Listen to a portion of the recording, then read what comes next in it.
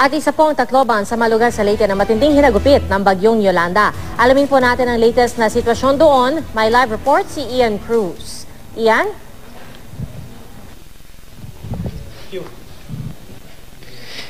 Pia, matinding pinsala nga ang ating nasaksihan dito sa Tacloban City dulot nga ng bagyong si Yolanda. Sa ating pagdating dito ay tumambad sa atin ang napakatinding pinsala dito mismo sa Tacloban City Airport.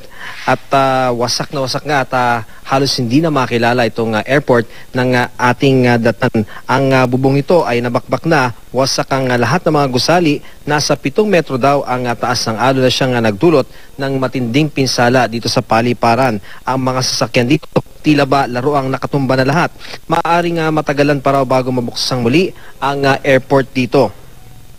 Bukod sa mga pasilidad ay sira rin kasi ang navigational equipments. Nakausap nga natin kanina si Secretary Marojas at Defense Secretary Voltaire Gasmin. Ang dalawang gabinete na hindi rin takahapon dahil nga sa bagyong Yolanda. Matinding araw ang inabot nila dito sa Tacloban at kitang-kita raw nila kung gaano na nalasa ang o kung paano na nalasa ang nasabing bagyo. Sabi ni Rojas ay hindi naman sila nagkulang pagdating nga sa pag-aabiso sa mga residente. Sadyang napakataas daw ng storm surge kaya ganito na lamang ang sinapit ng lungsod ng Tacloban. Wala pang maibigay na panahon ang mga otoridad kung kailan nga maibabalik ang mga serbisyo, lalo na nga ang linya ng komunikasyon. At nais naman ni Secretary Gasmin na maklear muna ang mga kalsada mula nga sa mga debris at mga bumagsak na puno para magkaroon ng mobility ang mga tao dito. Gayon na rin ang nagsasagawa ng pagtulong mula sa mga iba't ibang mga otoridad.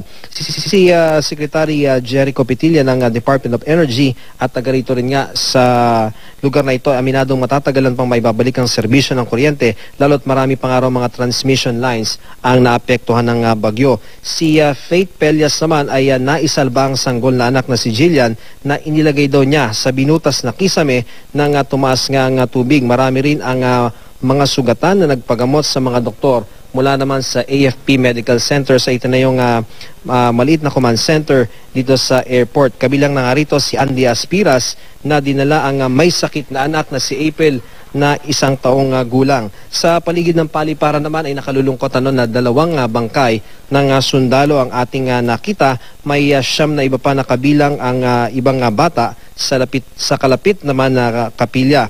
Marami ang sa mga taga rito na sarili lamang nila at suot lamang nila yung kanilang naisalba kahit nga tsinelas ay wala sila. Kaya naman ang panawagan nila sa iba't ibang ahensya ng pamahalaan ay sana raw magkaroon sila ng karagdagang rasyon ng relief goods, partikular ng pagkain at ng malinis na tubig. Samantala, isang buntis naman ang dinala dito sa command center sa airport kanina. Siya si Risa Haro na isang 18 anyos. Biniyahe rin siya patungo ng Cebu para doon nga manganak sakay ng C-130 plane ng Philippine Air Force at papangalanan daw niyang Yuna Dale ang kanyang sanggol at susunod daw ito sa pangalan nitong bagyo nga na si Yolanda. Sa ngayon Pia ay tahimik na dito sa kinaroroonan natin itong airport. Nakita mo itong matinding devastation nga dito sa kinaroroonan natin na arrival area itong tinatayuan ko ngayon ng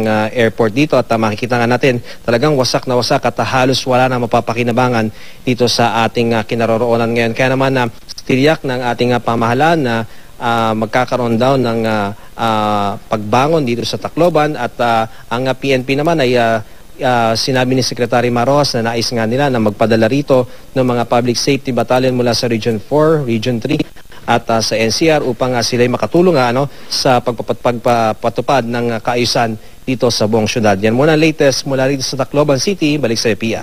Ian, mag-ingat kayo dyan. Maraming salamat sa iyo, Ian Cruz.